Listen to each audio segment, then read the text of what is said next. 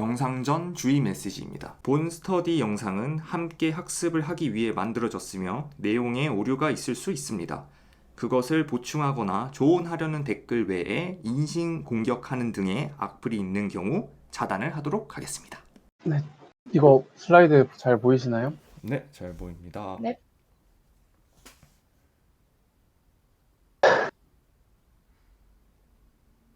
네, 그러면 오늘 챕터 3 네트워크의 공통 언어, 네트워크의 공통 규칙에 대해서 발표를 시작할게요. 네. 목차는 크게 세 가지로 나눠서 TCP, IP의 4계층이 첫 번째고 이제 마지막 인터넷 프로토콜까지 세 개로 구성을 해봤어요.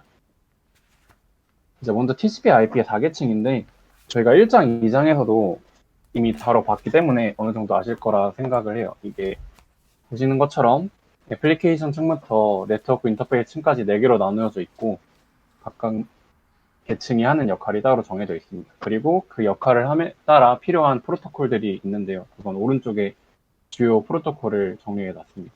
뭐 애플리케이션 층에서는 저희가 잘 알다시피 웹을 사용할 때 HTTP 사용하고 그리고 이메일 보낼 때 SMTP랑 POP3 사용하고 하는 것처럼 저희 일상 속에도 지금 사실 알고 있는 것도 적지 않고 이더넷이나 무선 랜 등도 있고 이번에 또 IP에 대해서 자세히 다뤄볼 거라서 그렇게 보시면 될 것 같아요.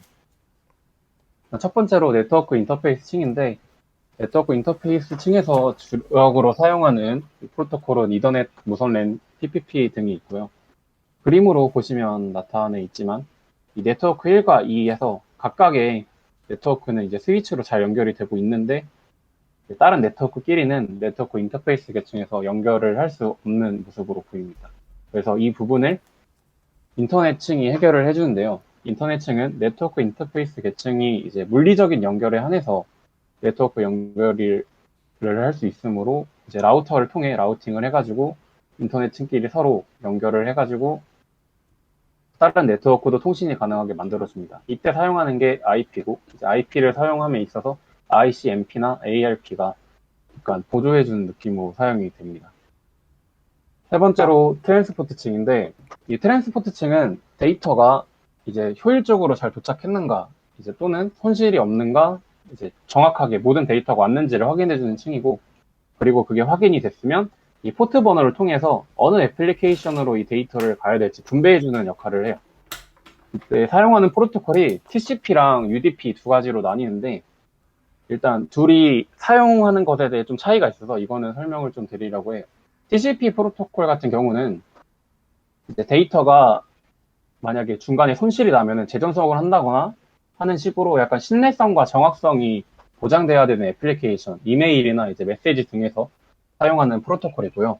UDP는 약간 반대로 신뢰성이나 정확성 부분에서 떨어질 수 있지만 약간 동영상 스트리밍 서비스 같은 끊기면 안 되거나 저희가 이제 영상 볼 때 막 도중에 로딩 길어지고 끊기면 약간 기분이 불쾌할 때가 있잖아요. 그럴 때 사용해서 약간 데이터에 손실이 있어도 끊김없이 최대한 효율적으로 빠르게 데이터를 전달하고 싶을 때 UDP를 사용을 한다고 합니다. 마지막으로 애플리케이션 층인데요. 애플리케이션 층은 이제 저희가 데이터를 이걸 보여달라라고 얘기를 했을 때 이제 이 HTTP 프로토콜 등을 이용해서 이제 유저가 보기 편한 문서, 음성, 비디오, 이미지 등으로 변환을 해서 유저에게 보여주는 기능을 담당하는 계층입니다. 그래서 이 4개의 계층이 유기적으로 서로 잘 동작해서 저희가 데이터를 보내거나 받을 수 있게 되는 건데요. 그래서 이 TCP, IP에 대한 전체 데이터의 전송을 그림으로 간단하게 표현을 해봤습니다. 먼저 웹서버에서 데이터를 보내게 되면은 응용계층에서 데이터를 처리해서 헤더를 붙여가지고 전송계층으로 보내주고 전송계층에서도 똑같이 위에서 보낸 데이터를 처리해서 TCP 헤더를 붙여서 인터넷 계층으로 보내주면 인터넷 계층도 마찬가지로 데이터 처리하고 IP 헤더를 추가해서 이 패킷을 네트워크 인터페이스 계층까지 보내주게 됩니다. 그러면은 이제 네트워크 인터페이스 계층도 데이터를 처리하고 헤더를 붙여서 이번엔送신하는 호스트에게로 보내줘야 되기 때문에 이때 정기 신호로 데이터를 변환해서 보내주면 이제 수신 호스트 측에서는 이거를 다시 데이터로 변환을 해주게 됩니다. 이때 저희가 데이터를 처리하고 헤더를 붙여서 계속 내려가는 과정을 캡슐화라고 부르는데요. 반대로 수신 호스트에서는 역캡슐화를 통해서 데이터를 받을 수 있게 됩니다. 이제 전기신호로 변환된 데이터를 네트워크 인터페이스 계층에서 다시 디지털 데이터로 변환을 해서 보면은 처음에 이더넷 프레임에서 이더넷 헤더를 맥 주소가 맞는지 자신한테 온 게 맞는지 확인해서 맞다면 프로토콜로 처리해서 위에 IP 패킷을 보내주고요. 인터넷 층에서는 IP 주소를 확인해서 자신한테 온 IP가 맞다면 IP 헤더를 처리한 다음에 TCP 세그먼트를 전송 계층으로 보내주게 돼요. 그러면 전송 계층에서는 이번에는 확인을 하는 게 아니라 데이터가 빠짐없이 도착했는지 본 다음에 만약 이게 맞으면 어느 애플리케이션으로 데이터가 가야 되는지 확인한 다음에 HTTP 메시지를 응용 계층으로 보내주게 됩니다. 그러면 이제 HTTP 메시지를 처리해서 웹서버에 데이터로 보여줌으로써 저희가 이제 웹 브라우저에서 페이지를 볼 수 있게 되는 거죠. 그리고 이 과정에서 저희가 이제 이더넷 프레임, 패킷, 세그먼트, 메시지라는 데이터 단위를 얘기를 하는데 이게 어디까지 포함하는 건가, 뭐 헤더 데이터까지인가 아니면 TCP까지인가 헷갈릴 수 있을 것 같아서 제가 그림을 하나 더 간단하게 준비했습니다. 똑같은 얘기를 하고 있는 건데 약간 좀 더 뭐가 들어있는지 약간 더 자세히 보여줌으로써 차이를 구분해 드린 건데요. 이 프레임에는 이 모든 게 들어가고 그 아까 인터넷층 IP 패킷에는 3가지, 세그먼트는 2가지, 마지막 HTTP 메시지는 딱 웹서버의 데이터와 헤더가 들어가 있는 모습이고요. 이 그림에서 주목하셔야 될 거는 각 헤더에는 적어도 이 송신지의 주소 그리고 수신지 주소가 존재하고 헤더에 이어지는 데이터의 종류를 알려주는 식별자 정보가 있다는 것에 주목해 주시면 될 것 같아요. 그래서 결론적으로 이제 데이터를 송수신하고 실행시키는 컴퓨터, 즉 호스트가 이 4개의 계층을 통해 데이터를 처리해서 이 중간 노드인 라우터를 통해서 수신 호스트로 넘겨주게 되면 수신 호스트도 이 4계층을 이용을 해서 데이터를 받는 과정인데요. 이때 라우터는 라우팅 기능만 하면 되기 때문에 굳이 응용 계층, 전송 계층 없이 인터넷층하고 네트워크 인터페이스 계층만 사용을 합니다. 이때 IP 프로토콜을 통해 정확히 어디로 가야 되는지 알 수 있게 되는데요. 그래서 저희 데이터 전송에서는 IP 프로토콜이 되게 중요한 역할을 한다고 보시면 될 것 같아요. 그래서 3번째 챕터로 IP에 대해서 알아보도록 할게요. 저희가 수많은 네트워크에 연결된 인터넷에서 데이터가 송신지를 출발해서 이 수신지에 도착하기까지 수많은 라우터를 거치면서 이동을 하는데요. 이때 IP 주소로 데이터가 길을 잃지 않고 정확히 수신지까지 도착할 수 있게 해줍니다. 그래서 데이터를 전송하는 걸 이제 인터넷 계층, 네트워크 인터페이스층, 그리고 좀 더 자세히 보여준 그림 3가지로 준비를 해봤어요. 인터넷 계층에서는 네트워크에 접속하고 있는 그 컴퓨터의 장소를 식별해주기 위해서 이 개개의 컴퓨터에 IP 주소를 부여해주고 이 IP 프로토콜은 IP 주소로 최종 목적지를 결정해주는 것과 라우팅을 하면서 목적지까지 결정을 하는 걸 IP 프로토콜로 실행합니다. 또한 이 IP 주소는 각각의 호스트에만 할당이 되는 게 아니라 라우터에도 할당이 돼야 되는데요.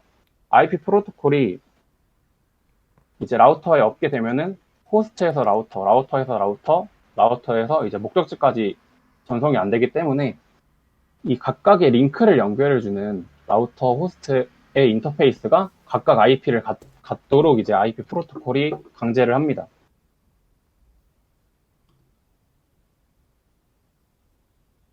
그러면 이제 송신 호스트의 인터넷 계층이 IP 프로토콜에 따라 수신 호스트의 IP 주소를 담아서 IP 패킷을 만들고 그걸 라우터로 보내주게 되는데요.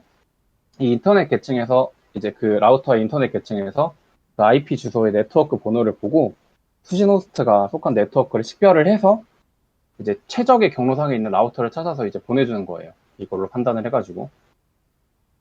그래서 이제 결론적으로 이 라우터 치과에 도달을 하면 수신 호스트로 보내줘야 되는데 사실 IP 주소만으로는 그 네트워크 안에 정확히 어디에 호스트가 있는지를 알 수가 없어서 이 IP 패킷에 있는 IP 주소를 보고 그걸 맥 주소로 변환을 해주는 기능이 필요한데요. 이때 사용되는 게 저희가 위에서 봤던 ARP ARP 프로토콜을 사용을 합니다.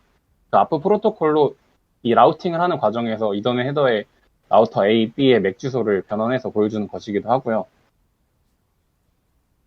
그래서 아프 프로토콜에 따라 마지막에 이 IP 주소를 이용해서 맥 주소를 이던 헤더에 담아가지고 수신 호스트까지 보내주게 됩니다. 그래서 IP 주소는 좀 더 세분화해서 보면은 어느 네트워크에 속한지 알려주는 네트워크 번호와 그 네트워크의 어느 호스트인지 알려주는 이제 컴퓨터 번호, 호스트 부로 나뉘는데요. 그래서 결론적으로 IP 주소는 어느 네트워크의 어느 호스트라는 것을 식별하는 주소이고, 또한 여기서 호스트는 이게 각각의 호스트 컴퓨터에만 해당되는 게 아니라 라우터에도 해당이 되는 부분입니다. 그래서 이 네트워크부와 호스트부를 간단하게 알 수 있는 그림을 준비해 봤어요. 보시면 네트워크 1, 네트워크 2 이렇게 나누어져 있고, 여기 앞에 네트워크부, 호스트부가 나눠져 있는데요. 이 네트워크 1에 사실 203.179.33 이렇게 돼 있지만 사실 뒤에 보이지 않는 0이 하나 있다고 보시면 돼요. 왜냐하면 이 네트워크 주소를 표시를 할 때 이 뒤에 호스트부에 0이 있거나 또는 호스트부에 모두가 1로 돼 있다면 각각 그거는 그 네트워크를 대표하는 주소이고, 그 호스트부가 전부 1로 돼 있어서 뭐 가령 203.179.33.255다 하면은 그거는 이제 이 네트워크 1에 속해 있는 모든 호스트들에게 데이터를 전송하는 그런 브로드캐스트 주소라고 보시면 될 것 같아요. 그래서 기본적으로 이런 호스트로 연결되어 있는 친구들 같은 경우엔 맨 끝자리가 이제 호스트부가 0이거나 또는 이제 모두 1인 주소는 사용할 수 없습니다. 그래서 이런 브로드캐스터 같은 특수 목적을 위해 목적을 어떻게 가지냐에 따라서 데이터 전송하는 방식이 달라지게 되는데요. 이렇게 유니캐스트, 브로드캐스트, 멀티캐스트 세 가지로 나뉘게 됩니다. 유니캐스트는 특히 저희가 지금 현재 주력으로 사용하고 있는 방식이고요. 이 데이터를 전송을 하게 되면 그 맥 주소를 보고 판단을 합니다. 나한테 온 맥 주소가 맞나 아닌가를 판단해서 만약에 맞다면 그 데이터를 처리를 하고, 아니라면 그 데이터를 폐기함으로써 한 개의 목적지 주소만을 사용하고, 그러므로 인해 CPU 성능에 저하가 없습니다. 그리고 그 다음으로 아까 말씀드렸던 브로드캐스트인데요. 브로드캐스트는 브로드캐스트용 주소가 미리 정해져 있고, 이 그림처럼 모든 호스트의 데이터를 전송해주는 방식입니다. 이 방식은 이제 패킷을 CPU가 받게 되고 그걸 또 모든 CPU에게 보내주기 때문에 성능 저하가 일어나서 굉장히 특수한 경우에만 쓰여요. 이 어드 네트워크에 있는지는 아는데 그 호스트가 누군지 모르는 경우라던가, 또는 이제 네트워크에 있는 모든 시스템에 알리는 경우일 때만 사용을 합니다. 마지막으로 멀티캐스트인데요. 멀티캐스트는 네트워크에 그 연결되어 있는 시스템 중 그림처럼 같은 네트워크에 있어도 이제 내가 원하는 상대에게만 데이터를 보내는 방식입니다. 이때 한 번에 이제 원하는 대상한테만 보낼 수 있기 때문에 뭐 다 보낼 필요도 없고, 그렇기 때문에 네트워크 자원 낭비를 줄일 수 있다는 장점이 있고, 단점이라면 이제 멀티캐스트를 지원하는 라우터만 사용을 할 수 있기 때문에 이제 그걸 지원하지 않는 라우터끼리는 이제 할 수 없다는 제약도 있고, 이제 또 이게 아까 설명드렸던 TCP UDP에서 UDP 프로토콜을 사용하기 때문에 이제 신뢰성이나 정확성 면에서도 좀 떨어지긴 합니다. 대신에 이제 네트워크 자원 낭비라는 것을 되게 중요하게 봐가지고 줄여주기 때문에 멀티캐스트를 쓴다고 보시면 되고요. 그리고 이 세 가지 방식에서 멀티캐스트만 갖는 독특한 점이 있는데, 보통 수신자의 IP를 헤더에 표현한다 하면은 이 친구는 수신자 IP보다는 그 수신자들 모두가 참여하고 있는 그룹 주소를 써야 된다는 특이점이 있습니다. 그래서 이 네트워크, 아까 멀티캐스트에서 설명드렸듯이 네트워크는 자원을 낭비를 안 하는 게 되게 중요한데, 그걸 위해서 IP 주소를 이제 또 따로 분할해서 좀 더 많은 자원을 쓸 수 있게 하는 게 서브네팅이고, 그리고 그 분할된 네트워크를 서브넷이라고 합니다. 가령 저희가 IP 주소가 32비트가 되어 있어서 서브넷 마스크도 32비트로 되어 있고요.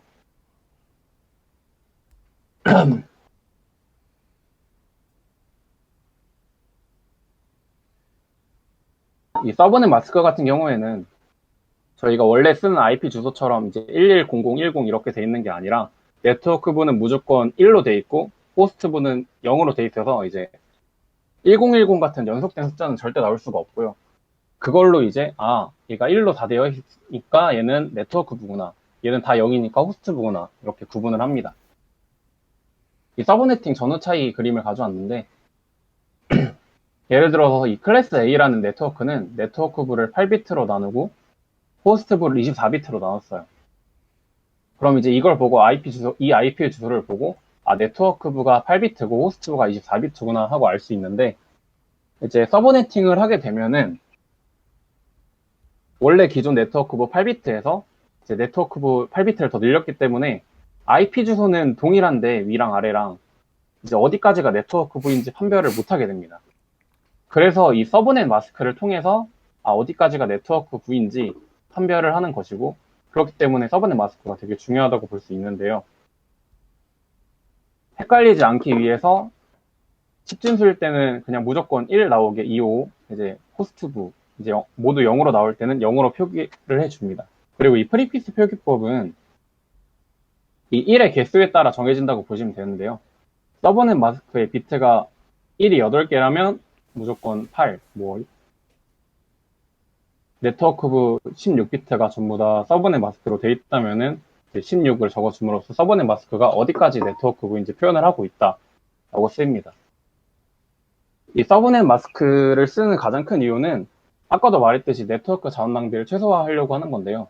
가령 이렇게 네트워크부 24비트에 호스트부 8비트를 하게 되면은 2의 8승 이제 256개에다가 저희가 아까 0과 255는 사용을 못한다고 했으니까 총 254개의 네트워크 자원을 쓸 수 있는데 만약에 이 네트워크를 사용하는 사람이 60개 정도의 네트워크만 필요한데 이제 254개를 주게 되면은 그 과정에서 194개의 네트워크 그 주소가 손실이 발생하는 거예요.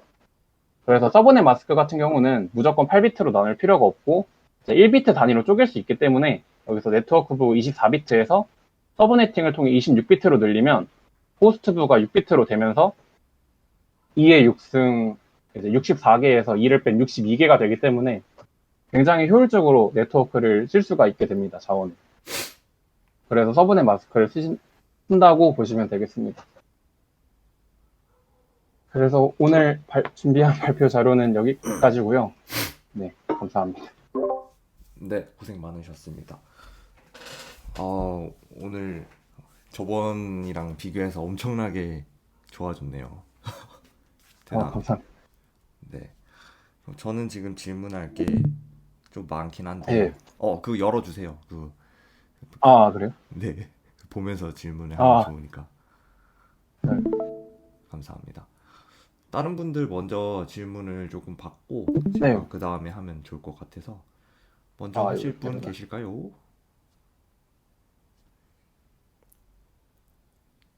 이건 그냥 그러면 PPT만 띄워둘게요. 네네. 서브넷 마스크 부분 띄워주세요. 네, 잠시만요. 뭐야? 뭘로 변경해서 이런 거는? 그냥 그럼 스크린으로 할게요. 네네네. 여기 말씀하신 거죠.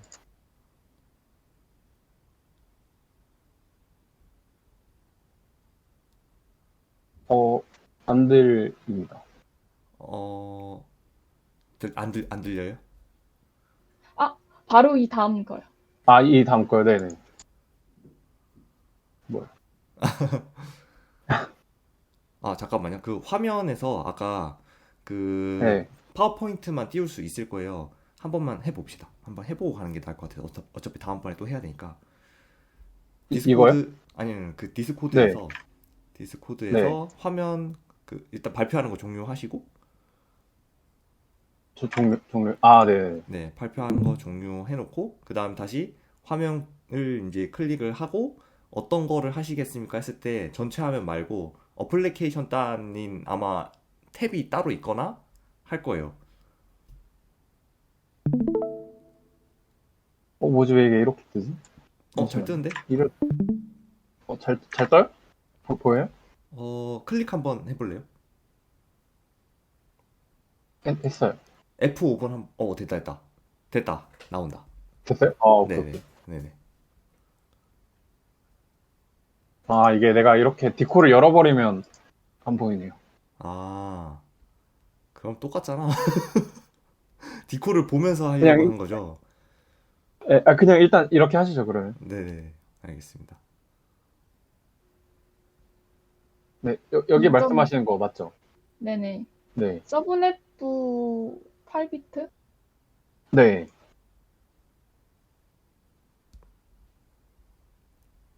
어, 이게 자꾸 왔다 갔다 해서 그냥 전체화면 해야 될 것 네. 같아요. 아, 정말요? 네. 이게 하얗게 됐다가 안 됐다가 하는 거 보니까 딴 거 클릭하시죠, 지금? 아, 예, 음성 때문에. 아, 안 들림 말고. 안 들으셨구나. 아, 디코에서 예. 은지님 목소리만 올릴 수 있어요. 아, 예. 네, 말씀해 주시면 될 것 같아요. 아니, 그 서브넷부 8비트가 왜 중간에 빨간색으로 표시되어 있죠? 서브넷부는 왜 아, 따로 표시하잖아요? 이거 그냥 이게 서브넷부라는 걸 알려주려고 이제 그림에서는 그냥 이렇게 약간 뭐라 해야 지 표현만 한 것 같아요. 그러면 제가 볼 때 네. 서브넷부가 지금 16이잖아요. 그래서 네트워크부 8비트부터 그 서브넷부 8비트까지 전부 다 네트워크부로 네네. 보는 그러니까 거예요. 이 서브네팅을 하게 되면은 네트워크부를 약간 확장하는 거라고 보시면 되거든요. 네, 맞아요. 네. 그래서 여기도 그러니까 서브넷 마스크는 이 아, 이게, 네. 비포 애프터를 표시하려고 빨간색으로 해둔 아, 거예요. 네네. 그러니까 원래 여기서 호스트버가 24비트인데 서브네팅을 해서 이게 8비트가 늘어났고 서브넷 마스크에서는 이렇게 표기를 한다 해서 이제 색깔은 크게 의미가 없습니다. 네. 네, 알겠습니다. 음, 처음부터 조금 훑어봐야 될 것 같은데, 네. 저는 기억나는 건 여기까지고, 준희님께서 질문하는 거 보고 계속 더 하겠습니다. 네. 저 아까 이어서 하고 싶은데요. 아까 그 네. 페이지에서. 네네. 네. 그 페이지에 저번에 우리끼리 저희 둘이 얘기했을 때도 제가 잘 네. 모르겠다 그랬잖아요. 그 네. 다음에 지금 찾아볼 그 시간이 없어가지고 제가 못 찾아봤는데, 네. 저는 이게 그 네트워크 그 8비트 부분을 서브네팅으로 확장을 한다라는 게 잘 네. 모르겠어요. 저는 이해가 잘 안 가서 어떻게 확장이 되는 음, 거죠? 제한하는 게 아닌가요?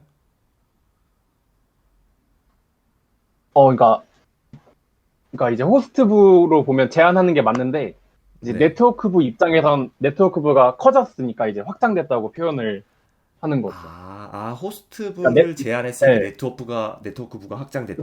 예, 확장이 된 건 맞으니까 이제 쓸 수 맞지, 있는 맞지. 네트워크 IP 주소는 적어지는 건데 그쵸, 이제 그쵸. 네트워크가 확장된 게 맞기 때문에 이렇게 표현을 하는 거.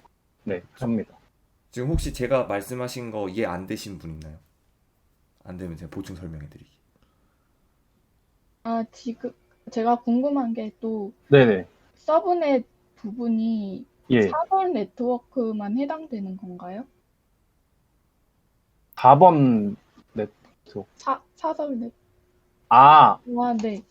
근데 사실 사설 네트워크 부분부터 제 발표 부분이긴 해요. 근데 공인 IP는 네. 바꿀 수 없이 정해져 있잖아요.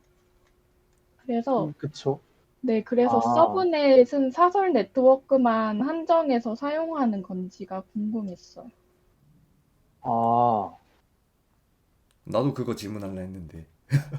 통신사에서 하는 건지 아니면은 개인으로 할 수 있는 건지. 음, 개인으로 하는 것까지는 봤거든요. 개인으로도 할 수 있고 해 봤는데 이거를 개인으로 하는 거 그러니까 하나의 IP 가지고 서브네팅 하는 거는 별로 큰 의미가 없는 것 같다라는 생각이 들었고 그냥 속도 그러니까 사용자를 제한하고 그다음에 그 사용자를 제한함으로써 가질 수 있는 인터넷 속도를 그러니까 평균적으로 가지기 위해서 네. 그냥 서브네팅 하는 것 같다 개인으로는 이라고 저는 판단이 됐었고 뭐 다른 네. 이유들도 많이 있겠지만 근데 보통 서브네팅은 그 이통사 쪽에서 다 해주지 않을까라는 생각이 들더라고요. 그러니까 이게 저희가 그 사설 IP 같은 경우엔 공인 IP에서 받아오는 거잖아요. 받아와서 네네. 저희가 바꿔 사용하는 거잖아요. 그래서 어 제가 알기로는 이제 공인 IP에서 받아온 사설 IP로만 이제 하지 않나라고 생각하는데 이건 제가 좀 더 찾아볼게요. 그러니까 정확한 정보가 아니어서 제가 그것까지는 생각을 못했네요. 아, 그러네. 공인 IP는 고정이지. 오케이. 그래서 아마 웬이 그 인터넷이잖아요. 그래서 거기가 공인 IP를 쓰는 영역이고, 랜은 이제 로컬, 이제 사내 네트워크나, 이게 사설 네트워크를 써서 호스트랑 라우터를 연결하잖아요. 그래서 네. 이제 호스트가, 어, 어, 그, 그 라우터에서 호스트까지, 그 목적지가 호스트까지 갈 때, 호스트부가 그 호스트를 나타내 주는 거니까. 여튼 네. 결론은 제가 하고 싶은 말의 결론은 네. 서브네팅은 사설 네트워크에서만 쓰는 것 같아였어요. 음. 왜냐하면 공인 IP 같은 경우에는 일단 다 지정이 되어 있으니까 호스트부가 필요가 없다고 생각을 하거든요. 음. 아마 그거는 아닐 거예요. 왜냐하면 음. IPv4가 그 공인 IP가 너무 IPv4만 사용할 때는 IP가 너무 주소가 줄어들었기 때문에 적었기 때문에 계속해서 동적으로 IP를 주소를 할당해서 안 쓰는 사람 걸 가져가다가 다른 사람한테 줘야 되는 그런 것들이 있었잖아요. 그래서 그것 때문에 서브네팅이 만들어졌다라고 그 기억이 나는 것 같아가지고 그리고 아까 전에 잠깐 찾아봤는데 네. IPv4에서만 서브네팅이 이루어지고 IPv6에서는 아, 서브네팅을 쓰지 않는다 이런 게 있더라고요. 그걸로 봤었을 때도 서브네팅의 음. 주요 역할은 사설 네트워크를 랜을 이렇게 잘라가지고 쓰는 게 주 목적이라기보다는 공용 IP를 효율적으로 쓰기 위해서 쓰는 것 같다라고 생각이 드는데 당연히 이 부분은 음. 미제님이 더 조사해서 다음 주에 알려주시겠죠. 그렇죠. 네. 음, 그죠. 그래야겠네요. 네. 근데 일단 그 애초에 그 공인 IP라는 게 사실 사설 IP랑 혼동을 피하기 위해서 고정으로 존재하는 거라 일단 제 생각에는 어 이제 호스트부는 있을 것 같은데 서버네팅은 잘 모르겠어요. 왜냐면 이제 아까 주인님이 말씀하셨듯이 저희가 IP 그 V4가 네트워크 주소가 이제 부족함에 따라 이제 이걸 그래서 이 원래 발표에 있는 클래스라는 게 사실 서브네팅 전에 이제 쓰던 방식인데 이 네트워크부 8비트, 호스트부 24비트 이렇게 나누는 게 8비트를 기준으로 자르는 거예요. 이제 네트워크부 8비트 아니면 이제 16비트 아니면 24비트 이렇게밖에 못 나누거든요. 그래서 이렇게 쓰니까 아까 제가 말했듯이 IP 주소가 너무 낭비가 된다. 이런 네트워크가 자원이. 그래서 나온 게 서브넷 마스크라 이 IPv6에서 안 쓰는 거 보면은 공인 IP는 아마 고정일 것 같아요. 근데 이 부분 제가 정확하게 정리를 해서 다음 주에 다시 말씀을 드릴게요. 예, 좋습니다. 저는 더 있어요. 지금 좀 많네. 용준님 혹시 질문할 거 있으실까요? 없으면 저 먼저 해도 되고, 저, 먼저 하셔도 어, 되고. 네. 서브네팅 계속해서, 그러면, 네. 이제 서브네팅을 사용하고 안 하고의 차이가, 네. 안 했을 때는 네트워크부랑 호스트부 사용할 수 있는 범위가 고정되어 있고, 그래서 사용 안 하는 부분이 계속 낭비가 될 수 있는데, 서브네팅을 사용하면 가용적으로 사용할 수 있게 바뀌어서 좀 더 효율적으로 IP 주소를 할 수 있다. 그 얘기가 아, 될까요? 그게 절반은 맞는데, 그러니까 IP 주소를 좀 더 효율적으로 쓸 수 있는 건 맞는데, 이제 원래는 이제 클래스라고 IP 주소를 클래스로 나눴거든요. 근데 이때는 그 무조건 8비트로만 나누게 돼 있어서 아까 제가 60개만 필요한데 이제 호스트부가 8비트만 남게 되면은 그러면 2에 8승 해가지고 254개를 줘버리잖아요. 그 사람한테 그 네트워크를. 그러면 거기서 190개가 낭비가 되니까 그러면 이 8비트로 나누는 거는 너무 효율이 떨어진다 해서 서버넷 마스크가 나온 거고 그래서 이제 어 원래 쓸 수 있는 그게 고정이라서 서브넷이 나왔다기보다는 이제 여기도 나눌 수 있는데 이 나누는 범위가 너무 큼직큼직하다 보니까 이걸 좀 더 세분화해서 더 다양하게 써보자 해가지고 이 서브네팅이 나오고 이제 서브네팅을 하게 되면은 이게 보시면 IP 주소는 똑같아요. 그 위아래가 그렇잖아요. 하기 전이랑 후랑. 근데 그래가지고 이 서브네팅을 해서 확장을 시켜도 이제 이걸 받는 컴퓨터 이제 처리하는 컴퓨터 입장에서는 IP 주소가 같은데 네트워크부는 달라졌잖아요. 이거를 이제 알지를 못하는 거예요. 그래서 이걸 식별해주기 위해서 이 서브넷 마스크라는 게 존재하는 거거든요. 아, 어, 이해가 된 것 이제 같아요. 네. 이제 아, 네. 근데 네. 네. 마스팅이다. 아우, 서브넷 마스킹으로 네. 클래스 A인지 클래스 네. B인지 클래스 C인지 판별하는 게 중요한가요? 아, 이제 클래스라는 거는 아마 안 그러니까 쓰긴 쓰는데 아마 이제 제가 이걸 찾아보면서 볼 때는 다 이제 대부분 서브넷 그러니까 마스크 남겨가지고 쓴다고 봐가지고, 그러니까 클래스는 이제 안 써요, 거의. 그러니까 그럼 그냥 넘어온 건데, 네. 네. 어, 그냥 예시로 처음에, 이제, 네. 네네. 그냥 처음에 8비트만 쓰는 게 클래스 A고, 16비트를 네트워크로 쓰는 게 B고, 그 다음에, 지금 3칸 쓰는 게 클래스 C고, 전부 다 네트워크 쓰는 게 클래스 D일까요? 어, 이게 D, 4칸이잖아요. 지금 8비트에서 4칸이 있잖아요. 네, 네네네. 이게 하나만 쓰면 A고, 2개를 쓰면 B고, 3개를 쓰면 C고, 왠지 그럴 것 같아서요. 아마 그 이름을 붙인 거는 그냥 이제 순서대로 ABC 붙인 거일 거고, 아마 그런 식의 차이는 없을 거예요. 그러니까 그냥 이 클래스로, 그러니까 이게 클래스가 이게 이름이 아니고, 이 네트워크를 나누는 그 방법의 이름인데, 약간 저희가 서브네팅 이렇게 말하듯이 원래 클래스 이렇게 나누는 건데, 이게 예시로 그림을 보여주려다 보니까 이게 이렇게 됐는데, 클래스는 아, 그냥 음. 어떤 느낌이냐면 IP 주소를 무조건 8비트로 나누는 친구다라고 생각하시면 될 것 같아요. 그러니까 단위가 무조건 8비트인 거예요. 32비트를 IP 주소를 쓰는데 무조건 나눌 수 있는 게 8비트야. 그러니까 네트워크부 6비트 막 4비트 이렇게 절대 못 쓰고, 그냥 무조건 네트워크부 8비트 아니면 16비트 아니면 24비트 이렇게밖에 못 쓰는 거예요. 저 얘기할 게 있는데 그 클래스가 아마 이게 맞을 거예요. 클래스 A, 클래스 B, 클래스 C가 공식적으로 쓰이는 단어가 맞을 거고 클래스 음, A는 그 각 섹터별로 네 섹터별로 8비트, 8비트, 8비트, 8비트 이렇게 하나씩 쓰는 거를 A 클래스라고 하는 게 아니고 제일 앞부분을 딱 고정을 시켜 놓은 거예요. 그러니까 앞부분에 만약에 0에서 255 중에서 그 번호가 아마 있을 텐데, 뭐, 특정 그 번호까지 하고, 나머지 그 점, 따다다다다 그 부분들을 다 쓸 수 있게 해준다. 그거를 이제 클래스 A고, 그리고 클래스 A, B, C 섹터를 나눈 이유가 회사나 아니면 엄청 작은 기업이든 큰 기업이든 그 사용자가 얼만큼 될 건지 모르기 때문에 그거를 섹터를 나눠가지고 그 덩어리를 할당하기 위해서 A, B, C가 나눠졌다라고 제가 봤었던 것 같아서 혹시 기억나시나요? 어, 혹시 공부했었던 것 중에?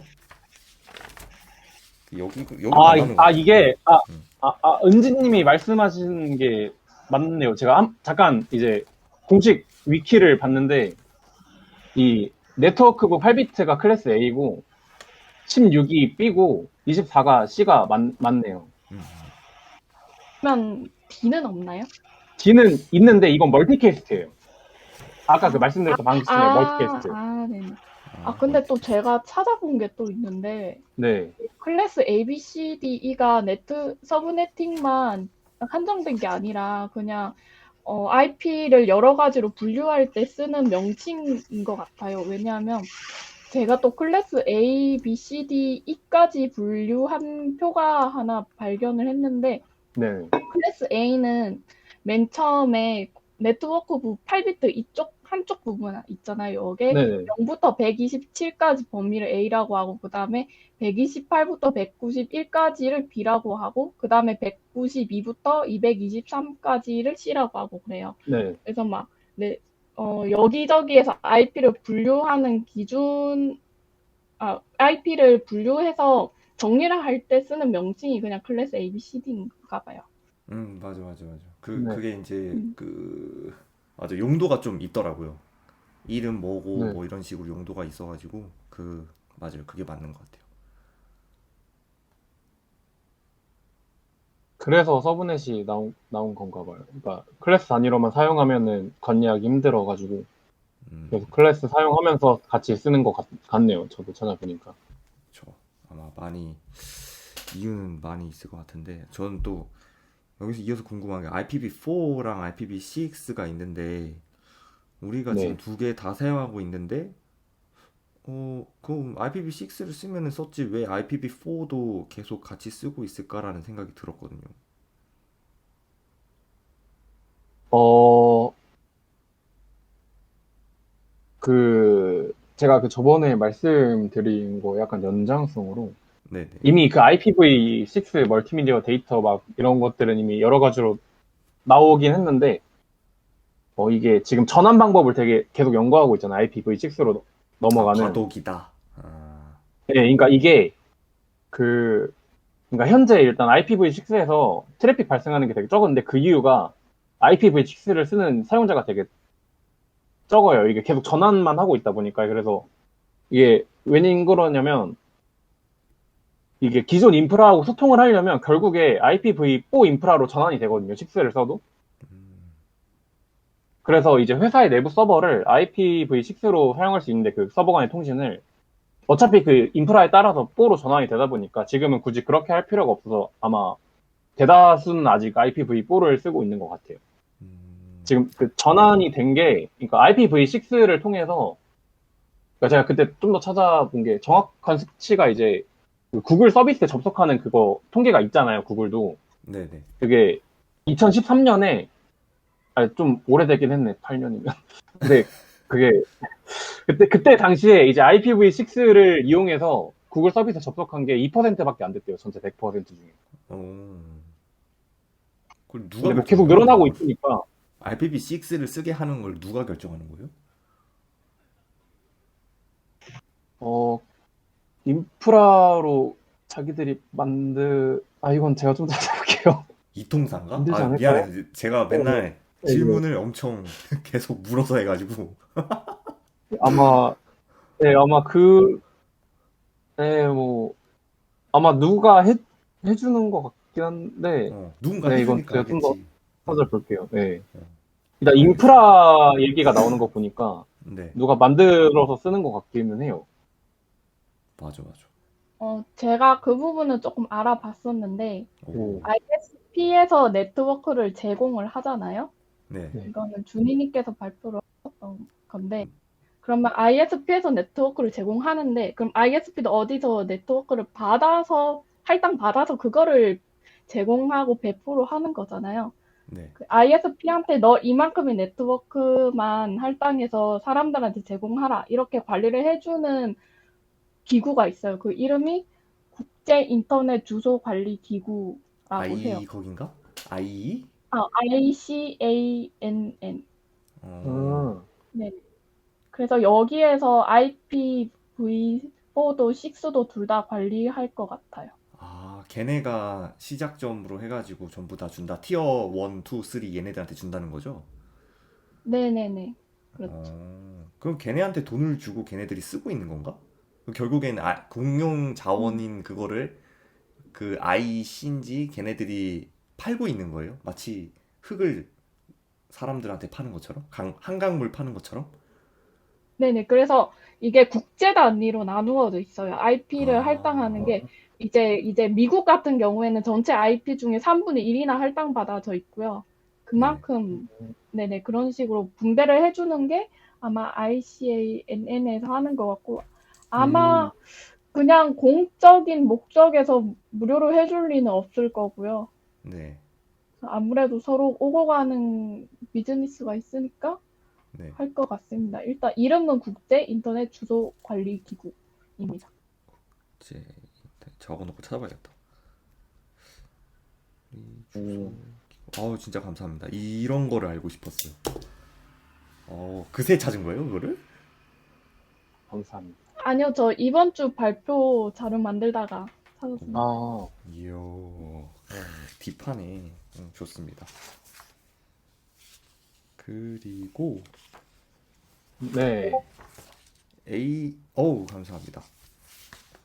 ARP 관련해서 혹시 한번 알아보셨나요, 민재님? 이거는 뒤에 조금 더 자세히 나오게 하거든요, 다른 파트에서.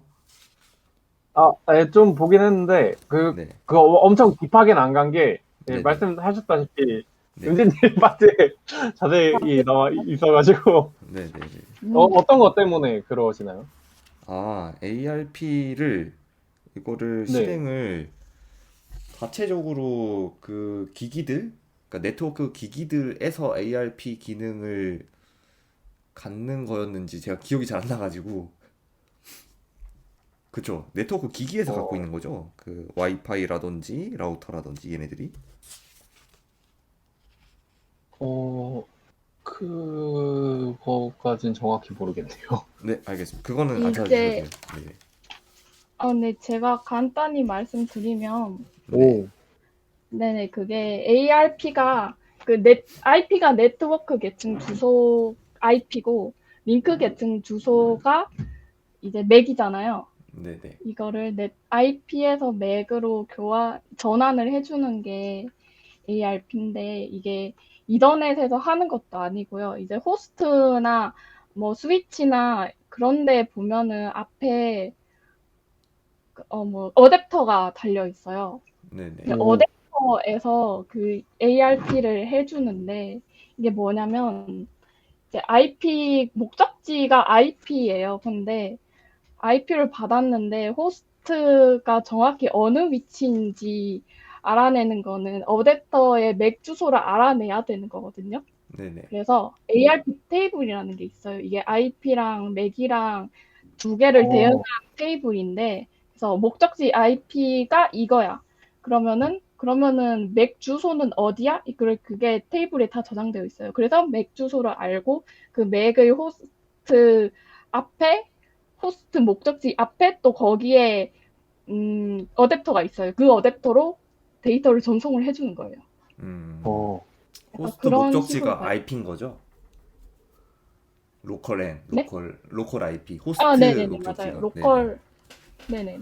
그래서 그 ARP 테이블을 만들기 위해서는 ARP 기능이 실행이 돼야 되는데, 그래서 제가 맞아요. 드린 질문이, 그러면 네트워크 디바이스에 그 ARP 기능이 있냐, 아니면은 그 디바이스들, 그러니까 핸드폰이나 뭐 PC 얘네들한테 가지고 있는 거냐, 이런 거였는데, 지금 들어보니까 확실히 네트워크 음, 기기, 스위치나 와이파이 걔네들이 갖고 있겠네요.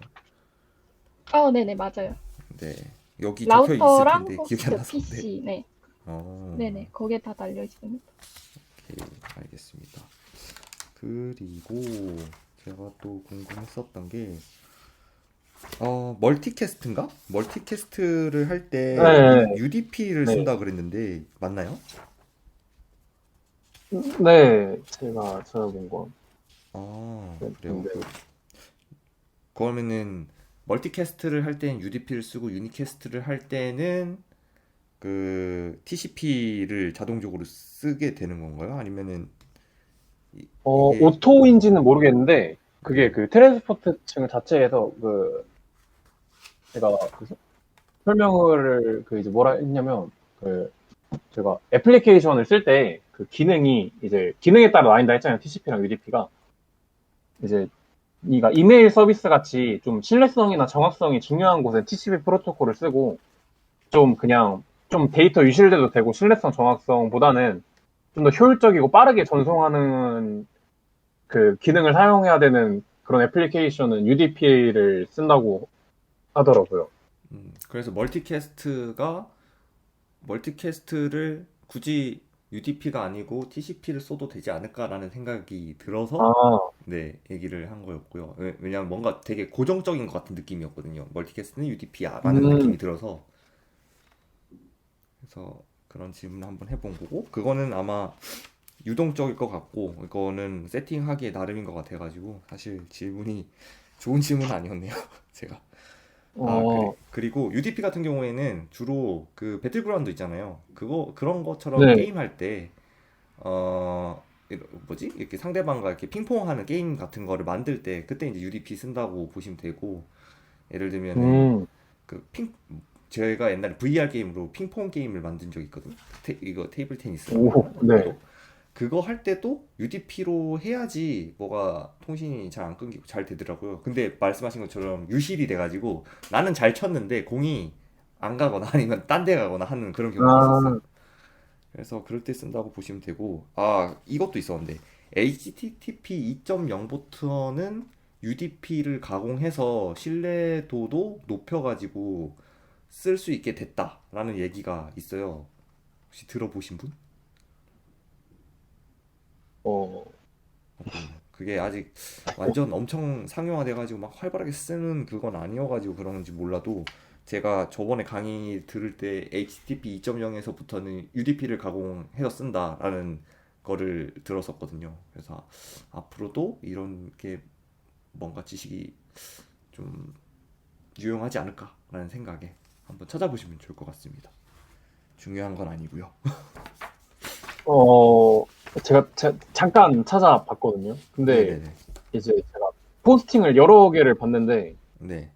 일단 그러니까 이유는 잘 안 적혀져 있고 네. 일단 그냥 멀티캐스트는 UDP를 기반으로 한다고만 다 써져 있거든요. 그래서 아, 멀티캐스트랑 뭐 브로드캐스트는 UDP를 사용한다고 생각하셔도 될 것 같아요. 그러니까 이유는 안 써져 있고 그냥 UDP를 기반으로 함. 뭐 그러니까 다 무슨 앵무새 같이 UDP 기반, UDP를 사용하고 막 이렇게만 써져 있어가지고 지들도 그게 모르네. 어디 그래서 어디서 나오는 건지 모르겠는데 그렇게 써져 있어요. 알겠습니다. 그게 아마 이런 걸 무슨 거예요. 브로드, 어머, 말씀하세요. 아, 그 무슨, 브로드캐스팅, 유니캐스팅 이거는 전부 다 UDP 기반이다? 이 말인가요? 그쵸, 그쵸. 지금, 아니요. 그 멀티캐스트랑 일단 멀티캐스트. 멀티캐스트는 UDP 기반인 게 확정이고 브로드캐스트는 이제 무조건 UDP다 또는 이제 아무 말 없는 그게 있어가지고 아마 근데 일단 확실하게 멀티캐스트는 UDP로 사용을 한다라고 생각하시면 될 것 같아요. 그게 아마 리스폰스를 필요하지 않는 거라서 그런 것 같아요. 멀티캐스트를 해서 리스폰스가 만약에 필요하면은 UDP를 쓰면 안 될 것 같고, 리스폰스가 필요 없는 음, 브로드캐스트가 아. 방송이잖아요. 그런 것처럼 나는 일방적으로 이렇게 보내주기만 하면 되니까. 보내주기만 하면 되는 거니까. 채팅창만 맞아요. 핑퐁만 잘 되면 되고. 어, 음, 그 호스트가 그 IP든 맥이든 받았는데 자기 목적지 주소랑 이 온 패킷이랑 정보가 같으면 다 응답을 해주고 다르면은 그냥 폐기를 해버리거든요. 패킷을 폐기를 해버려서 그래서 UDP 기반이라고 하는 건가 봐요. 맞는 것 같아요. 재밌다. 저는 질문이 이 정도면 될 것 같고, FCS가 나오거든요. 근데 이거 뒤에도 좀 나오긴 하는데, 저는 이걸 네네. 중요하게 안 봤어요. 중요하게 안 봤는데, 궁금하긴 해요. 프레임 아, 체크 시퀀스가 이게 왜, 이더넷 헤더에 이게 왜 들어갈까? 이런 생각이 들었거든요. 그게 그러니까 네, 제가 그 원래는 제 그 시나리오 상에서는 말을 했었어야 됐는데 네네. 생각이 안 났어가지고 그게 제가 잘 질문했군. 혹시 몇 그 쪽인가요? 그것은 52쪽이요. 52쪽? 네. 아, 네, 여기군요. 그러니까 이더넷 헤더에 그걸 붙였잖아요. 이게 그냥 간단하게 이거는 뭐냐면 데이터 전송 도중에 오류가 발생했는지 확인하는 그거래요. 그래서 저희가 막 패킷 캡처 해가지고 보잖아요. 거기에도 범위 밖에라 안 들어가 있고 엄청 중요한 건지는 잘 모르겠어서 아, FCS 네 그냥 체크섬 같은 거네요. 네 약간 오류가 발생했느냐 안 했느냐 그거를 확인하는 네. 약간 그 체크섬이 데이터 무결성을 확인하기 위한 거거든요. 그거랑 똑같은 것 같아요. 데이터가, 정보가 그대로 전송이 됐는지 아니면은 중간에 데이터 손실이 일어났는지 확인하기 위한 그런 비트인 것 같습니다. 그렇군요. 감사합니다. 그거 하고 하나가 더 있었는데 그림은 일일이 다 그렸나요? 아니요. 어디서 그렇게 좋은 자료를 끌고 오셨나요? 저도 공유 좀 해주세요. 네. 제가 보내드릴게요. 노션에 올리실 거라서 노션에서 다운받아서 맞아요. 보시면 노션에도 아마 그 출처에 있거든요. 요거 아, 그래요? 이분인데 네. 지금 이분이 보내주세요. 지금. 예. 대화, 이게 급해. 아, 저 너무 힘들었어요. 아, 이거 이미지로 난 내가 만들어서 쓰는데 그냥 귀찮아서. 왜 이미지로 갔는지 모르겠는데 이렇게 어? 왜 이미지로 가지? 친절하네요. 아니 아, 잠시만. 그거를 채팅창에서 한번 그 저기 뭐야 카톡이나 아니면 메모장에서 긁어서 붙여 넣었다가 그걸 다시 복사한 다음에 네. 디스코드로 넣어야 될 거예요. 이게 간혹 그런 게 있어요. OS마다. OS마다인지 소프트웨어마다인지 잘 모르겠는데 그런 게 있어. 됐다. 네, 된 거 다시, 같은데. 복사해서 다시 그거를 가져가 봐요. 됐어요. 감사합니다. 이 그림이 너무 마음에 들더라고요. 이거 뭔지 아시나요? 와, 우리 새 날로. 와. 아, 나 뭐 하고 있었지? 이분이 근데 감사합니다. 정말 이게 보시면 설명 잘 해놓으셔가지고 잘 해주셔가지고 잘 해놓으셨더니 보시면 잘 돼 있습니다. 날로 먹었구나 그래서. 아니에요. 그건 아니고 그것까진 나는- 아니고 그래서 너무 이분 걸 많이 써도 되나 고민을 와, 했는데 공인 IP 주소, 사설 IP 주소까지. 잘 나와 있습니다.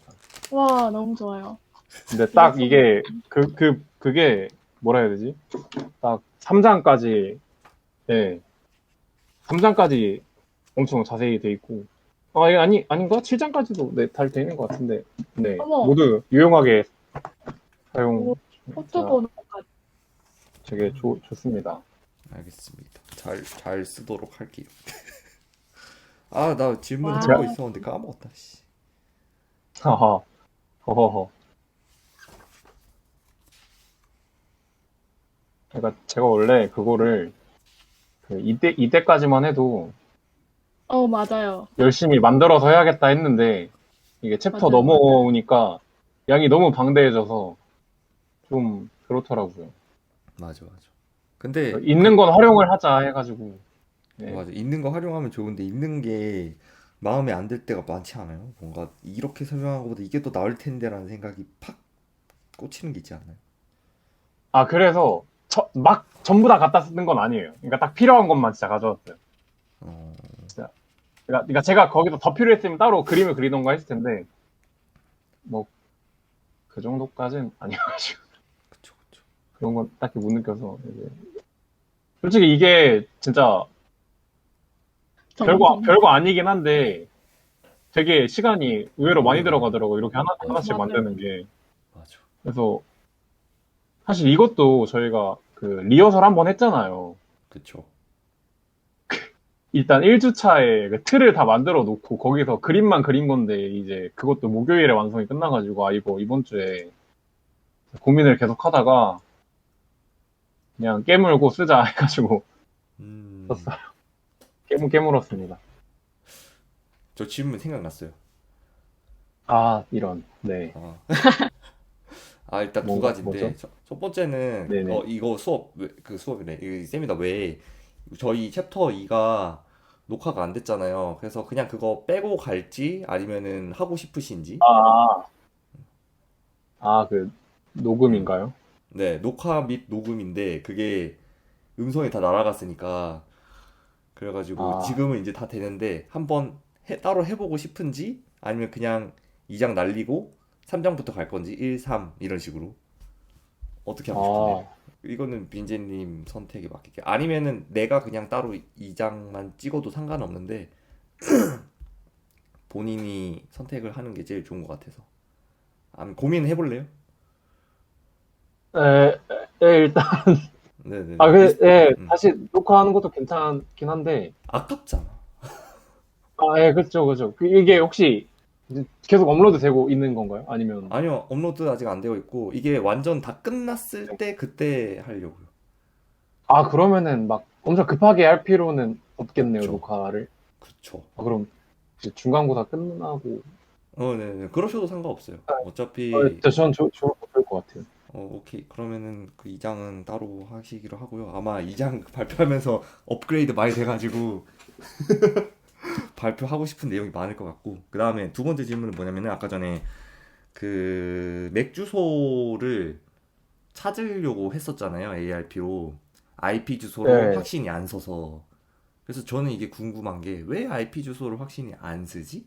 왜 그래서 굳이 백업을 하지? 아, 라는 게, 네, 그게 그 확신이 안 든다기보다 이게 음, 보면은 어 얘네가 인터페이스로 이제 각각 어떻게 물리적이든 뭐 무선이든 연결이 돼 있잖아요. 네, 지금 그림이 네, 이게 근데 그 같은 그러니까 같이 연결이 돼 있을 때는 이제 맥 주소를 이용해서 이제 뭐라 해야지? 그러니까 판단을 해야 된다고 해야 되나? 네, 뭐 어, 그러니까 그 IP 주소만으로는 이게 정확하게 분간을 못하거든요. 그러니까 얘가 특정 어느 건지 해서 그냥 이 IP 주소로 이제 최적으로 가는 경로를 찾으면 어쨌든 연결을 해야 되잖아요. 라우팅을 해서 서로 연결을 해야 되잖아요. 라우터끼리 데이터를 보내야 되니까 그때 그러니까 그래서 그래서 왜 맥 주소로 IP, 변환을 했어. 그러니까 변환을 왜 하는 걸로 알고. IP로 그거를 왜 구분을 못 하는지 잘 IP로 왜 모르겠다는. 구분을 못하냐? 네, 왜냐하면 어차피 어, 물리적으로든 물리적이 아니든 다 IP 주소를 할당 받았기 때문에 걔네들이 연결이 되는 건데 네네네. 그러면은 이미 연결된 거니까 그걸 쓰면 되지 않을까라는 생각도 하면서 아 근데 어차피 IP 주소가 이게 뭐 디바이스가 끊기고 붙고 하면서 또 바뀔 수도 있으니까 그래서 맥 주소를 찾으려고 하나? 이런 생각도 들기도 하거든요. 그게 그 결정적으로 저희가 데이터를 전송하는 건 마지막에 네트워크 인터페이스 계층에서 이루어지잖아요. 그쵸, 그쵸. 그러니까 데이터를 네트워크 인터페이스 계층에서 보내고 다시 이렇게 하잖아요. 제가 이것도 까먹어가지고 이거 설명을 못 했는데 이게 이 수신 호스트가 역캡슐화 하잖아요. 이 과정에서 네네. 이제 왜 역캡슐화를 하냐면 이 각각의 계층은 같은 계층에서 보낸 헤더밖에 못 읽거든요. 네네. 그래서 이더넷, 이더넷 프레임 수는 네트워크 인터페이스 계층에서 그 IP를 못 써요. 그러니까 못 읽어가지고 네네. IP 주소를 못 알아가지고 결국에 맥을 이용해서 전달을 해야 되거든요. 어쨌든 네트워크 인터페이스 층으로 보내면 걔가 IP 주소 보고 아 그렇구나 하고 다시 여기 그 인터페이스 층으로 보내서 다음 라우터에 보내면 얘도 IP 확인해서 아 얘가 여기로 가야 되는 거에서 이제 다시 내려 보내야 되니까 여기 이제 이 네트워크 인터페이스 계층에서는 얘를 못 읽기 때문에 이 맥 주소로 판단을 해서 보내는 거예요. 굉장히 그러니까 결국에 라우터끼리. 불편하네. 네.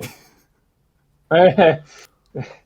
그래서 맥 주소를 알려줘서 이제 옮겨야 되는 이유가 네. IP 주소로는 목적지는 알 수 있지만 얘 데이터를 옮겨야 되는 이 계층에서는 얘를 못 읽기 때문에 서로 옮길 때는 이제 음, 이더넷 헤더에 필요한 맥 주소로 보내는 거예요. 제가 음, 이걸 설명을 원래 하는 건데 오늘 음. 사실 빠진 게 많아가지고 아, 괜찮아. 이런 거 다 질문으로 커버하면 되지. 그래서 질문 시간 있는 거니까. 네.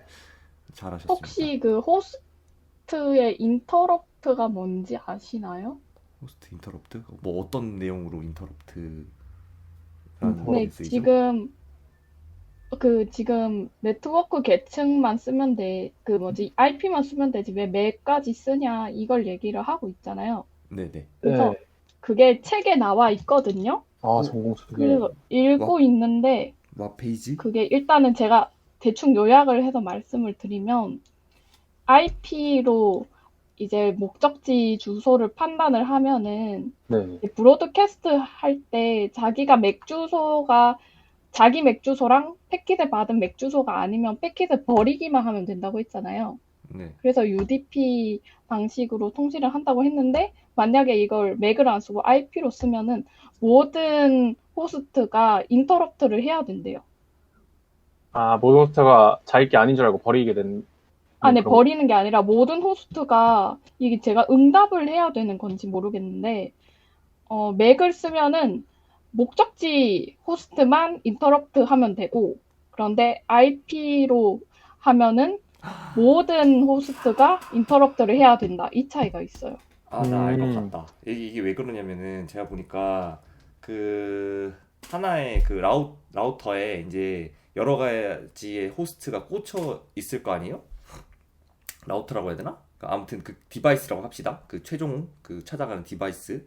그 하나의 그 와이파이 안에 여러 가지 디바이스들이 꽂혀 있을 텐데, 컴퓨터랑 이런 것들이 꽂혀 있을 텐데, 걔네들은 하나의 네트워크에 꽂혀 있기 때문에 어쨌든 사실은 하나의 네트워크인 거지. 그래서 얘네를 전부 통으로 하나로 보기 때문에 전부 인터럽트를 한다. 전부 응답을 할 수밖에 없다. 이런 얘기인 것 같아요.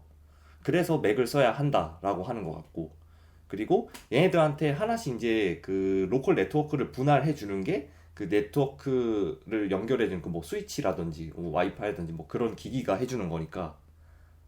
그래서 어쨌든 하나의 네트워크다. 아, 그- 아, 제가 잘못 생각했던 거는 그거 지금 네트워크 1에 아무 호스트 보면은 뒤에 호스트 부가 따로 검정색으로 되어 있잖아요. 네네네네. 근데 저는 이것까지 전부 다 포함해서 IP 목적지 주소에 들어가는 줄 알았는데 그게 아니라 음. 네트워크 1에 해당하는 네트워크 부만 IP 그쵸. 목적지 주소로 들어간다는 거죠. 그쵸. 라우터 1 저거가 아, 메인이죠. 저거에 연결되어 있으면은 아하, 전부 다 똑같다라고 보는 것 같은데. 라우터 하나당 한 네트워크잖아요. 그렇죠. 그래서 그런 것 같고. 근데 또 웃긴 거는 맥 주소가 안 바뀐다고 했는데 사실 찾아보면 맥 주소 바꿀 수가 있거든요. 그래서 네, 맞아요. 그것도 사실 신뢰성이 있는 건지도 잘 모르겠고, 만약에 근데 또 제가 또 잘 모르는 게 맥 주소를 바꾼다고 하는 게 기존에 있는 맥 주소는 그대로 있고 그냥 그 위에 마치 가면을 쓴 것처럼 새로운 맥 주소를 씌워서 쓰게 할 수 있다라는 건지 사실 후자인 것 같거든요. 제가 이해하기로는. 아예 바꾸는 거 아닐까요? 근데 뭐를 또 하면은 원복을 시킬 수가 있대요. 원래 맥 주소로. 원복도? 네, 원복 하면은 원래 가지고 있던 기기가 가지고 있던 맥 주소를 쓸 수가 있다라고 하는데, 이게 기기를 찍어낼 때, 그러니까 그 이더넷 걔네를 찍어낼 때 그 메이커사에서 이거를 만드는 사에서 맥 주소를 임의적으로 하나씩 다 공식적으로 할당을 해준다고 하더라고요. 그래서 그게 아마 맞아요. 원복이 되는 것 같은데, 그래서 그걸 잘 모르겠어요. 이걸 실제로 완전히 싸그리 다 진짜로 바꿀 수 있는 건지 아니면 가면을 씌워서 쓰는 건지. 아, 근데 어, 왜 바꾸는지가 궁금하네요. 왜 바꿀까? 글쎄요, 뭐 VPN 뭐 그런 건가? 뭐 근데 만약에 바꿀 수 왜? 있다고 하면은 다른 사람 같은 라우터에 꽂혀서 다른 사람의 맥처럼 활동을 해서 그거를 해킹할 수도 있겠다라는 생각도 들기 때문에, 아, 그러니까 계속 확장하면 이런 식으로 들어가거든요. 이 질문을 그만둬야 돼, 보안. 그래서. 음. 음, 그래서 그런 질문이 근데 생각이 났어요. 네.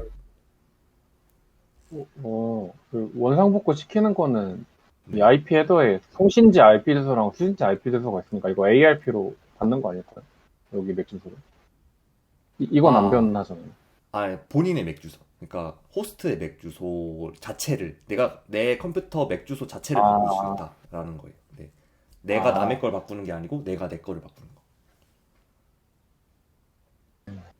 네, 신기하네요. 그게 어댑터가 가지는 그 맥 주소가 모든 맥 주소는 겹치지 않는다고 하더라고요. 절대로. 네, 네. 네, 근데 그걸 맥 주소로 바꾸면 어떻게 안 겹치게 바꿀 수 있는지부터 이게 꼬리 질문이 엄청 많아지네요, 이게. 그러니까요. 그러니까 이걸 파면 이 네트워크는 파면 팔수록 헬지옥이야. 엄청 얕은 물에 들어간 것 같은데 저한테는 되게 깊네요.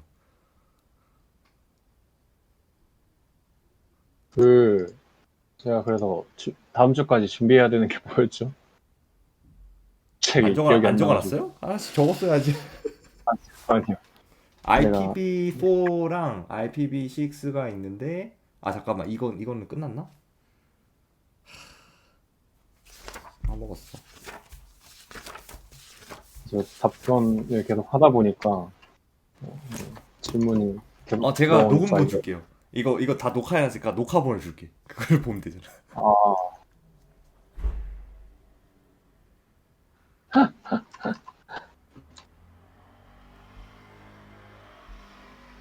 아, 원래 시나리오는 이렇게 많았는데. 근데 저 시나리오대로 안 한 게 신의 한 수였어요. 아, 그래요? 너무 음. 잘했어, 진짜. 이거를 사실 책에 있는 거 전부 다 할 필요 없고 흐름대로 그냥 이렇게 진행을 시키는 게 좋은 것 같아요. 그러면 중간에 궁금한 게 있으면은 질문을 하고 내가 보충하고 싶은 게 있으면 조금 더 보충을 하고 그런 식으로 가면 좋을 것 같아서 어, 네, 네. 오늘 네, 배우고 잘했어요. 저도 그렇게 하겠습니다. 네, 따로 좋습니다. 공부한 거 다 담을 필요는 없는 것 같아요. 네, 좋습니다. 그게 맥을 바꾸는 이유를 보니까 특정 서버에서 차단을 당한 경우 IP 주소를 변경해야 한다. IP 주소를 아, 변경하기 위해 맥 주소를 바꾸는 경우가 있다. 이해되시나요? IP 주소를 바꾸기 위해 맥 주소. 그러니까 방금 전에 앞에 얘기했었던 거 이해가 가요. 서버에서 차단당했을 때 맥 주소를 바꿔야 네네. 되는 경우가 있다. 이거는 제가 파이어베이스 로그인을 쓸 때 테스트를 엄청나게 하다가 저 밴 당했거든요. 그 기기 한 개가. 네. 그래서 그걸로 아무리 생지랄을 해도 안 되는 거예요. 그러면 그거를 다른 기기로 하면은 같은 아이디로 또 돼요. 아, 그래서 아 이게 맥 주소가 이걸로 하면 되지 않을까라는 생각이 들긴 하는데 한번 찾아봐야겠네요. 아, 이거를. 서버에서 차단당해서 그걸 풀기 위해서 맥 주소를 바꾼다. 음, 맥 주소 다른 데로 서버. 접근하면 되니까. 어, 네. 민지님 지금 찾고 있네요, 민지님. 이게 막 음지님 이거 보셨나요 혹시? 이게 바로 위에 뜨는데? 네, 정확하게 똑같아요. 그죠? 이게 바로 위에 떠요. 바로 위에. 여기서 변경하면 무엇인가요? 바꾸기 작업을 하기 위해서요. 이렇게 떠가지고. 맥을 그래서 바꾸면 IP가 바꾼다. 아니 아까 IP만 바꾸면 이제 되죠. 맥을 바꾸는 이유 했더니 맥북 나와가지고 아, 당황했어요. 그래서 결국에 맥을 바꾼 이유가 IP 주소, 그러니까 차단당한 IP를 이제 다른 걸로 바꾸기 위해서이다. 그 기에 접속을 하기 위해서.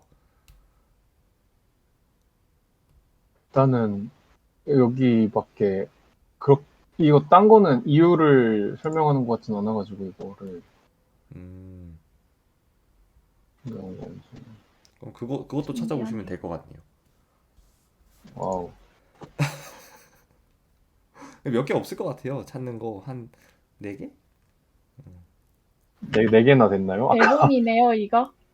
답변 된 게 좀 있지 않았어요? 아니, 됐어. 대본이라기보다 제가 공부한 지식을 적어 놓은 거예요. 약간 음, 제가 공부했던 거 적어 놓고 이제 오, 혼자 연습하다가 뭐 가령 서브넷 마스크를 모르겠다면 서브넷 마스크가 뭐였지 하고 이제 아 이렇게 된 거구나 하고 다시 말하고 했거든요. 음. 차라리 그냥 그거를 블로그에 올리지. 이거를 네. 아니, 너무 두서없이 그냥 아 이건 이거구나 하고 이제 각 블로그 이제 탁 뭐라 해야지 갖다 모은 거라 아, 아, 나만 알면 되죠. 정리해서 올리면 되려나? 아마 그렇게 그냥 시간이 오래 걸릴 약간 거예요. 굵기만 좀 다르게 하고, 뭐 이건 음, 제목이고 부제목이고 이것만 해도 될 것 같아요. 이거 어차피 다 있으니까 메모장은 제가 네, 이것도 한번 해봐야겠네. 어, 좋습니다. 알겠습니다. 또 이제 질문 또 있으신 분 있을까요? 거의 민재님 탈탈 터듯이 탈 다 털었네 그냥. 어, 힘드네. 없는 듯 없으니까 이제 더 이상 질문이 없으므로 오늘 민재님의 발표는 여기서 마치도록 하겠습니다. 수고하셨습니다. 와, 드디어 와, 감사합니다. 네. 자, 그러면은 발표자 한 명을 이제 뽑아야 되는데, 민재님은 다음 턴 쉬시는 게 어때요? 빠지겠습니다. 오케이. 힘들었어요. 힘들어요. 2주 고생했어요. 연속하니까 힘드네요. 네, 중간고사 공부도 좀 하시고 해야 되니까 한번 빠지시고, 좋아요. 그러면은 제가 해보겠습니다. 저 사다리 타야지. 사다리. 저도 빼주세요. 아, 알겠습니다. 아, 잠깐. 연속으로 하긴 좀 그렇지. 그러면은 결국에는 나랑 용준님 둘 중에 하나네. 그냥 네. 제가 한 번도 안 했으니까 제가 하는 게 그림이 좋지 않을까요? 아, 그림을 위해서 그러겠다. 아 진짜? 아니에요. 괜찮아요. 괜찮아요. 한번 은혜 맡겨보심이 아니 한번 운에 맡겨보는 게 어때요? 전 어차피 없으니까 어차피 반반 아니에요. 반반. 한번. 아니 본인이 하겠다는데. 은진님 어떻게 아하. 생각해요? 자, 한 표 나왔어. 사다리를 탄다, 아니면 용주님을 한다. 사다리를 탄다. 아니, 그림은 좋을 수 있지만 형평성에 어긋나지 않나 싶네요. 그렇죠. 아, 오케이. 아, 알겠습니다. 꿀잼. 아, 이런. 오늘 꿀빠나 했는데. 자, 갑자기 생각난 건데 네. 저희 이거 그러면 이제 내일 다음 주 4주차 거 하고 다음 주엔 이제 또 2명이서 하잖아요. 네. 그럼 이제 그 2명이 하고 이제 나 다음 주 안 하겠다면 결국엔 2교대 아니에요? 아마 그럴 듯.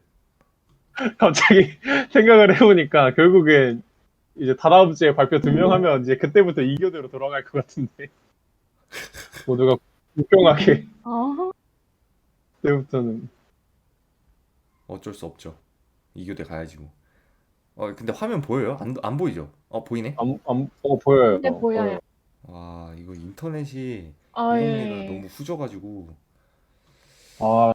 기대된다. 저도 형 끝났네요. 어떤 거요? 사실 좋은 그림이 되면 좋겠는데. 뭐가, 아직 시작 안 한 거예요? 아직 시작 안 했어요. 이거 시작 아하. 눌러야 돼요. 자, 뜨든, 뜨든. 시작할게요. 뭐야, 아니, 왜 이렇게 복잡. 결과 보기 땅. 이런.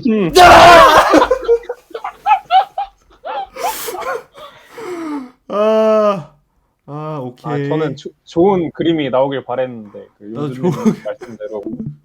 용주님, 또 꿀잼. 좀 하네요, 용주님. 한 게 없는데 한 개 됐네요. 좋아요. 이거 괜찮아. 이거 언젠가는 걸리게 되어 있기 때문에 아직 할 게 많습니다. 예. 오케이. 그러면은 저 혹시 다음 거. 네. 저희 이거 네트워크 책 다음에는 뭔가 예정되어 있나요? 예정된 게 아직 정해지진 않았는데 요거를 하면 좋을 것 같다라는 생각이 들어요. 이게 별로 어렵진 않고 실질적으로 아마 이게 좀 많이 다음에 도움이 될 것 같아서, 왜냐하면 저는 이게 좀 도움이 되더라고요. 이게 전체적으로 도움이 된다기보다 여기 얘네가 알려주는 거에 30%에서 40% 정도만 알면은 보여드리면은 이거고, 여기서 보여지는 거 30에서 40%만 알면은 에러 같은 거 핸들링 할 때, 뭐 때문에 에러가 났는지, AWS에서 에러가 난 건지, 내 거에서 에러가 났는지, 만약에 AWS나 내 거에서 에러가 났으면은 뭐 때문에 났는지, 그리고 라이브러리에서 뭐가 잘못된 건지, 그러니까 API 핸들링하는 라이브러리에서 잘못된 건지, 이런 것들도 파악할 수 있기 때문에, 그래서 괜찮은 것 같더라고요. 왜냐면 저 헤더 때문에 개빡치는 게 되게 많았어요. 그래서 그런 생각이 있고, 의견이 있으면은 저한테 알려주시면 돼요. 저는 지금 해보고 싶은 게 되게 많아요. 많은가요? 그럼 계속 해야 할 건 정해져 있네요. 아니, 정해진 건 아니고, 정해진 건 아니니까 한번 말씀을 해보시면은 같이 조율을 하면 돼서 네. 의견을 주십시오. 다른 거 뭐 생각하고 계신가요? 일단 하드웨어 쪽이랑 그 다음에 아키텍처 쪽, 그러니까 소프트웨어 아키텍처 쪽을 두 개로 좀 나눴으면 좋겠고, 사실상 크게 세 가지죠. 네트워크랑 소프트웨어 아키텍처 쪽이랑 그다음 하드웨어인데, 하드웨어는 하얀색 책 있잖아요. 그냥 하얗게 나온 거, 뭐 예를 들어서 클린 코드, 클린 아키텍처, 뭐 그리고 뭐 여러 가지 시리즈로 나온 책들이 있는데, 뭐냐면 어떻게 생겼냐면 요거 시리즈로 책이 나온 게 있어요. 한 번씩은 다 보셨을 거예요. 아마 이렇게 생긴 거. 이게 유명한 건데, 제목이 안 보이는데. 제목이, 이거는 그냥 클린 아키텍처라고 치면은 하얀색으로 나온 건 하나밖에 없어요. 얘네 이제 하얀색이라 안 보여. 근데 시리즈를 보면은 이런 식으로 있어요. 오, 네, 여기서 시리즈가 막 네, 여기서 하고 싶은 게 어딨지? 컴퓨터 프로그래밍 구조화 해서 이 책이 엄청 좋다고 추천받아서 읽어봤는데 이게 하드웨어 단 운영체제가 어떻게 돌아가는지를 조금 더 훨씬 구체적으로 볼 수 있는 그런 거예요. 컴 구조 같은 거라고 보면 되거든요. 오, 그래서 네. 그래서 전공 서적을 기준으로 들어가기에는 너무 깊이도 크고 그렇기 때문에 자잘하게 여러 번 친다라는 생각으로 쉽게 쉽게 조금씩 올라갈 생각으로 하고 있고 컴 구조 요거 하나랑 그 다음에 아키텍처는 뭐냐면은 저번에 도메인 드리븐 디벨롭먼트 DDD 얘기 한번 했었잖아요. DDD를 먼저 한번 짚고 클린 아키텍처를 짚고 그 다음에 클린 코드를 짚어야겠다라는 생각을 했어요. 옛날에 회사에 있을 때는 반대로 올라가는데 클린 코드를 배우고 클린 아키텍처를 배웠는데 보니까 순서가 반대로 돼야 되는 것 같더라고요. 클린 코드를 적용하는 건 쉬워요. 어렵지 않아. 근데 클린 아키텍처를 적용하려고 하니까 클린 코드가 필요해. 근데 이게 둘이 상호 보완적인 거죠. 클린 코드만 하니까 아키텍처가 안 돼가지고 클린하지가 않아. 결국엔 클린 아키텍처가 필요해. 근데 클린 아키텍처를 하려고 하다 보니까 도메인이 뭔지 알아야 돼. 그러면 DDD를 알아야 돼. 결국 이게 얘네가 셋이가 상호 보완적이어서 그럼 큰 덩어리부터 가야 하는 게 맞겠다 싶어서 DDD에 관련된 책도 지금 괜찮은 거 찾아놔가지고 제가 읽고 있는 중이에요. 그리고 아까 네트워크는 저희가 하고 있는 거랑 HTTP 이렇게 하면 될 것 같은데 이 속도가 너무 느려서 아마 내년 돼야지 끝나지 않을까 이렇게 되면 음, 발표는 그냥 이런 식으로 계속 하고 제가 하나씩 책 소개나 이런 거 해 드리면은 그냥 짬 날 때 시간 남을 때 한 번씩 보면 좋을 것 같아요. 그러니까 발표는 약간 복습한다는 식으로 알려주고 하면은 훨씬 쉽잖아요. 공부하면서 내가 공부한 걸 바로 이렇게 들어가려고 하면 힘들거든요. 근데 공부를 쫙 다 해놓고 계속 보다가 내 차례 오면은 그냥 한번 내가 아는 것까지만 해주고 그런 식으로. 저희가 좋아하는 방식이에요, 그게. 아, 좋은 것 같아요. 네, 아, 그리고 저 약간 물어보고 싶은 게 있었는데, 혹시 네네. 이 책 혹시 보신 분 있으신가요? 저는 몰라요. 저는 안 봤어요. 어, 이게 처음에 이제 스프링부트로 웹서비스 입문 뭐 이런 거 할 때 좋다고 해가지고 그 이분이 이동욱님이 쓰신 건데, 그러니까 업데이트를